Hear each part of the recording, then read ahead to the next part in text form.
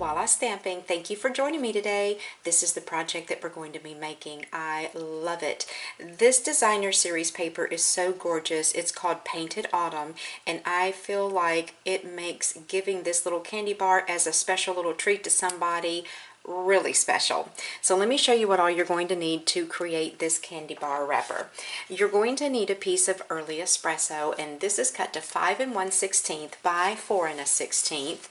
You'll need an additional piece to cut out the tree branch, 2 by 5, a piece of crushed curry for the flowers, also 2 by 5, a couple of scrap pieces of pear pizzazz, as well as gold foil sheet. These are cut to about 1.5 inches to 2 inches by 3 inches long. And then the beautiful Painted Autumn designer series paper. This is cut to 4 7/8 by 4 1/4, just a smidge wider than my candy bar wrapper. The inks I'm going to use is Early Espresso, Peekaboo Peach, and Pumpkin Pie.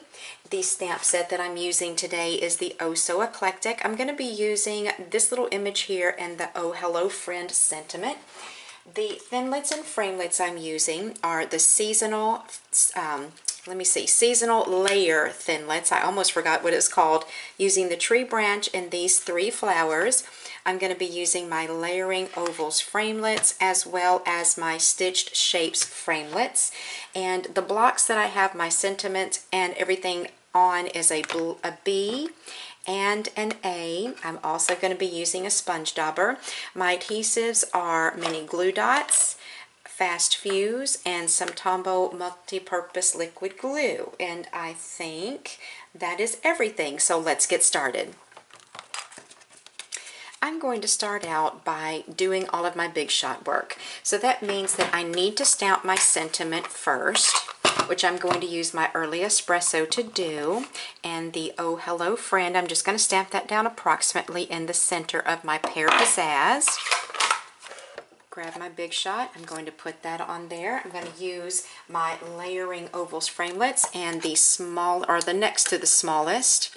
And no, I take that back. I'm sorry. I am going to use the smallest and line that up around my sentiment. Then I'm going to put my gold foil sheet on here as well. This is where I'm going to use the next to smallest oval. I'm going to go ahead and run these through at the same time and get both of them cut out. I'm going to leave this on and grab my next to smallest stitched shapes framelits. I'm going to line that up around where I just cut out that other oval, and you'll be able to see just a sliver of the gold foil sheet just inside this framelit. So let's cut this one out. And there you have this beautiful gold foil frame that has the stitching in it. Now I will take my crushed curry and my Early Espresso, grab my seasonal, why can't I remember what that's called? Seasonal Layers Thinlets, and cut out my branch. And then I'm going to cut out these flowers. I'm going to go ahead and cut out 2 of each. I'm probably not going to use all 6 flowers, but I'm going to go ahead and get them cut out so that I have them available to me if I choose to use them all. Now I think I'll take my flowers in here, and I'm going to do a little bit of inking on them. And I think I may have misplaced one. I'm not sure. Nope, I've got them all. Okay, so this is where I'm going to use my Pumpkin Pie and my Peekaboo Peach, as well as my sponge dauber. Get any excess ink off of there. Okay, I'm going to take my Peekaboo Peach first, and I'm just going to lay some color in all around these flowers, and I'm just doing this by dabbing it.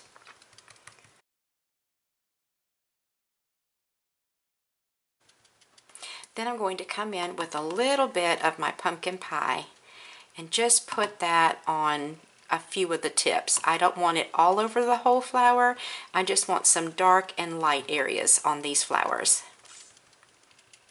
Okay. I'm going to use my Early Espresso again, and this little image for the inside of the flowers. Now you can totally leave this out if you don't want to take the time to do it, or if you don't have this stamp set. You could maybe just leave them plain, or you could even use perhaps a rhinestone or a pearl or something like that in the center. I'm going to bring in my Stampin' trimmer, and this is what we're going to be doing our scoring with. I will zoom in here in just a second so you can see exactly what I'm going to be doing. The first score line we're going to make is going to be at 3/8 of an inch, and then we do have some 1/16 of an inch measurements to score at. The reason that I did it like this is you will look at this candy bar. The sides of the candy bar are not straight up and down. They're curved in toward the top. So in order for me to make this wrapper fit around this bar properly and it not be too loose, I had to do some oddball measurements. So if this seems confusing to you, I've got a printable PDF over on my blog. You can go over there and print that off. It will have a list of all of the supplies that I'm using to create the project with. It will have detailed instructions on the measurements as well as the scoring and the cutting and everything that you need to do in order to recreate this project. Also, I forgot to mention I have a kit. Find my blog post about this project on my website. Leave a comment below in the comment section and your name will go in to win this kit. So my first score line again is going to be at 3/8 of an inch. I'm going to score that on the right side of my cutting and scoring track just because it gives me extra paper to hang on to over here. Our next score line is 1 15/16. So that is the 1/16 of an inch mark right beside the 2-inch mark. Then we're going to score at 2 5/16. So 2 1/4 would be 2 4/16. Move over 1/16 just past the 2 1/4 mark, and that will be your 2 5/16 mark. Then 3 11/16. So I know that 3/4 of an inch is 12/16 of an inch. So that means that I need to put my paper lined up with the 1/16 of an inch mark right before the 3 3/4 inch, and then I'll be at 3 11/16. So I'm going to go ahead and fold and burnish all of my score lines here.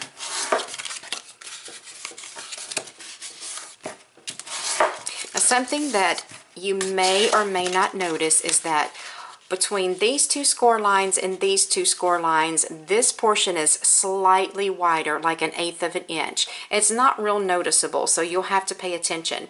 The reason why I'm doing that is because the bottom of the candy bar is wider than the top of the candy bar. Again, that's why I have those odd measurements. So just keep that in mind when you're getting ready to put your wrapper around your candy bar. I'm going to use my fast fuse and put a strip just along one end here of my paper.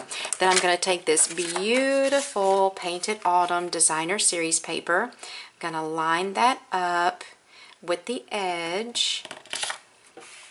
Get that glued down. Got a little bit past the end here. I'm just going to rub that away.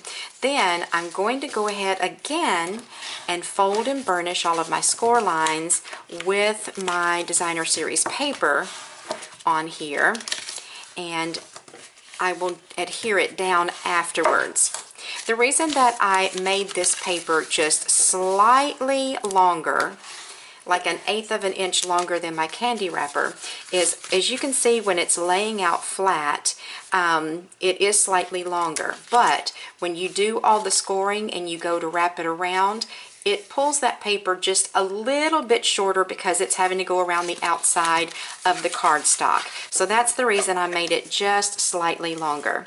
Then I'm going to come in here and just add some pieces of fast fuse. Lay that back out flat and carefully push that down atop all of those pieces of adhesive. Then I'll go one last time and sharpen up my score lines. Now, I want to make sure that I pay attention to where the smaller section is, which is right here. I'm going to get my layering ovals again. I'm going to get the next to smallest. Let me grab a ruler. I'm going to measure in 1/2 of an inch from the outside edge, and you want to do this on your left hand side so that when you close up your wrapper you can see that that says Godiva. Then I'm going to put my oval down here, and I have some Post-it note tape right here. I'm just going to use this to hold it into place. I'm going to take some of that sticky off first so that it doesn't take a chance on tearing my cardstock. Then I'm going to line my oval up between these two score lines and line it up even with where I made that 1/2 inch pencil mark. I'm just going to run this through my Big Shot. Okay, then I'll peel that away. And now I have my window where you can see what's inside this package. I'm going to flip this over, grab my multi-purpose liquid glue, put some on the back, then glue this into place.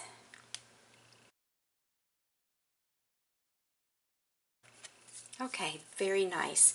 Now what I'm going to do is I'm going to go ahead and attach my tree branch, and I'll just use my multi-purpose liquid glue to do that.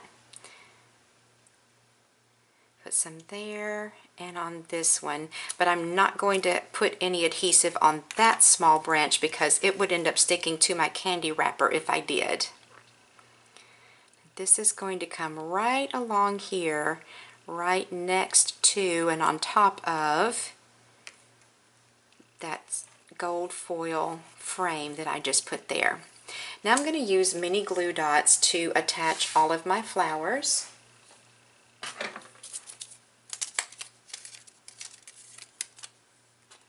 Let's see, I'm going to take one of the full flowers right here. Or actually, sorry about that. Let me back up just a minute. I intended to put my sentiment on first. So we'll do that before the flowers. Now it's going to go right here next to the oval, but make sure you get it below the score line. And I know you probably can't see that with my paper, but you want it to go below the score line there. Now I can add my flowers. So I'm going to put a full flower there and a smaller flower right here. Another full flower is going to go right there. A small one up here. Then one here, and finally one right there. So we have all of those stuck down. Now I'm going to put adhesive right underneath this flap, which will end up going around the candy bar, and since this is the top, you want that flap to overlap under the underneath section. That's not making any sense, but I think you'll see what I mean when I get it put on here.